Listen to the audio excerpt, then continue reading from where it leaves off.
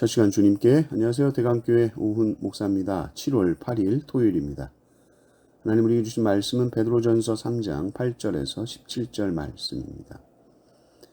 마지막으로 말하노니 너희가 다 마음을 같이하여 동정하며 형제를 사랑하며 불쌍히 여기며 겸손하며 악을 악으로 욕을 욕으로 갚지 말고 도리어 복을 빌라. 이를 위하여 너희가 부르심을 받았으니 이는 복을 이어받게 하려 하심이라.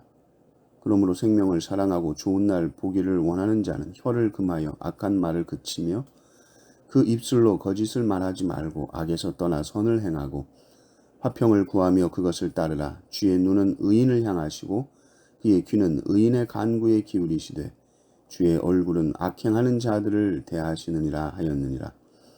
또 너희가 열심으로 선을 행하면 누가 너희를 해하리요?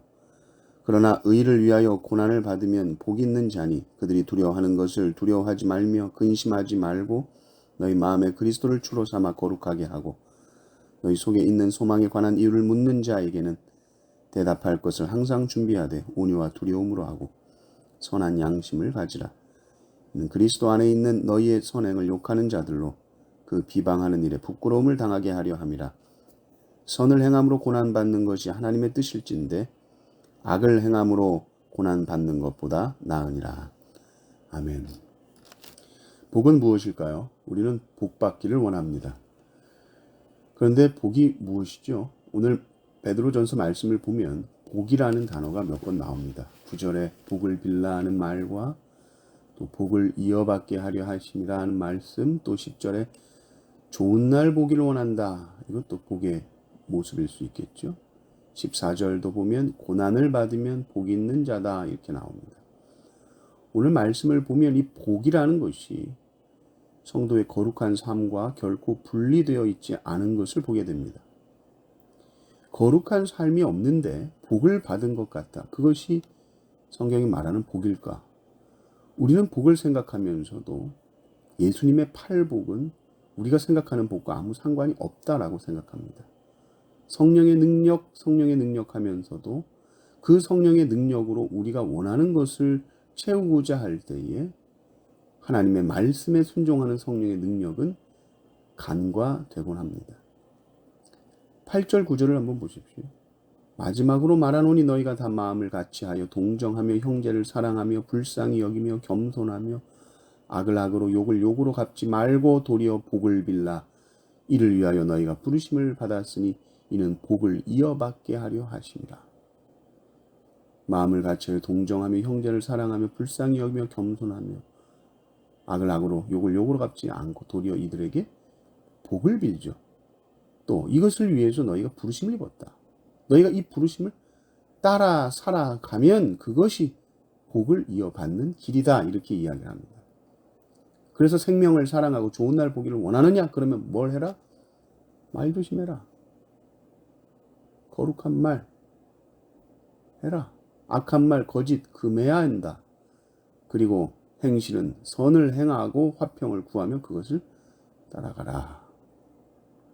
12절도 보십시오. 주의 눈은 의인을 향하시고 그의 귀는 의인의 간구에 기울이시되 주의 얼굴은 악행하는 자들을 대하시느니라 하였느니라. 주님의 눈과 주님의 귀는 의인을 향해 있습니다. 그리고 주님의 눈과 주님의 귀가 향해 있는 그곳에 복이 있는 것입니다. 의인은 항상 주님의 눈과 귀가 있는 곳에 같이 있습니다. 우리가 예수님을 믿고 복을 받은 사람이 누군가 했을 때 그것이 그냥 물질 축복 받은 사람입니까? 건강에 복 받은 사람입니까? 사업에 복 받은 사람입니까? 오늘 말씀은 이 세상에서 적극적으로 선을 행하고 악을 만나도 그것을 악으로 갚지 않는 사람, 그 사람이 복 있는 사람이고 그 사람이 의인이다. 그러므로 우리는 복을 받을 생각에 앞서 우리가 의인으로 거룩한 삶을 살고 있느냐에 더 큰 관심을 가져야 합니다. 그리고 교회가 이 길을 걸어갈 때에 드디어 세상과 소통하는 길이 열리게 될 것입니다. 성도가 세상에서 악한 일을 당하고 고난을 받을 때 그러나 그 시련 속에 주저앉거나 넘어지지 아니하고 흔들림 없이 악을 악으로 갚지 않고 선한 양심을 보여준다. 또 그 속에서도 깊은 하나님의 은혜를 체험할 때 세상은 자신들의 양심과는 비교할 수 없을 정도의 고상한 성도의 모습 속에서 이 세상의 대안을 찾게 되는 것이죠. 그리스도인의 삶이 뭔가 이 깨진 세상에 답이 될 수 있겠다. 그런 생각을 하게 하는 것이죠. 그때 세상은 교회와 소통합니다. 그때 세상은 교회에 말을 걸어옵니다. 그때 세상은 교회에 질문을 하기 시작합니다. 그때 우리는 그 복음을 그들에게 전할 수 있는 것이죠. 교회가 예수님이 걸어가신 그 십자가의 길 걸어갈 때 고난을 받으나 갚지 아니하시고 대적들을 위해 오히려 복을 빌어줄 수 있는 삶, 그 길을 걸어갈 때에 복음의 문이 열린다. 베드로전서는 말하고 있습니다. 내가 하나님으로부터 복을 받았음을 알고 복을 주신 하나님께 집중하는 사람, 그 주신 것으로 인해서 그 사람은 결코 얽매이지 않습니다. 세상 물질과 명예에서 오히려 더 자유하고 해방하게 되는 것이죠. 그러나 복을 주신 하나님이 아니라 그 복 자체에 집중하는 사람은 그 복을 받고는 더욱 세상에 빠져갑니다. 썩어지고 허무한 세상에서 해방되는 것이 아니라 더 얽매이고 더 허망함에 빠지게 되는 것이죠. 하나님께서 물질의 복, 명예의 복 주셨는데, 그래서 이웃과 교회를 섬기라고 주셨는데, 그것으로 인해 이웃을 돌볼 시간도 없고 내 개인 경건을 위해 기도하고 말씀 볼 시간도 사라지고 몸된 교회에서 섬길 시간도 없어진다면 그것이 참으로 복받은 사람의 모습이겠습니까? 거룩함과 의로움이 빠져버린 복은 교회를 무너뜨립니다. 사명을 잃어버린 교회가 되게 합니다. 우리 교회는 참으로 복을 주시는 하나님 앞에서 거룩한 삶, 의로운 삶을 살아가시기를 주님의 이름으로 축원합니다. 아멘.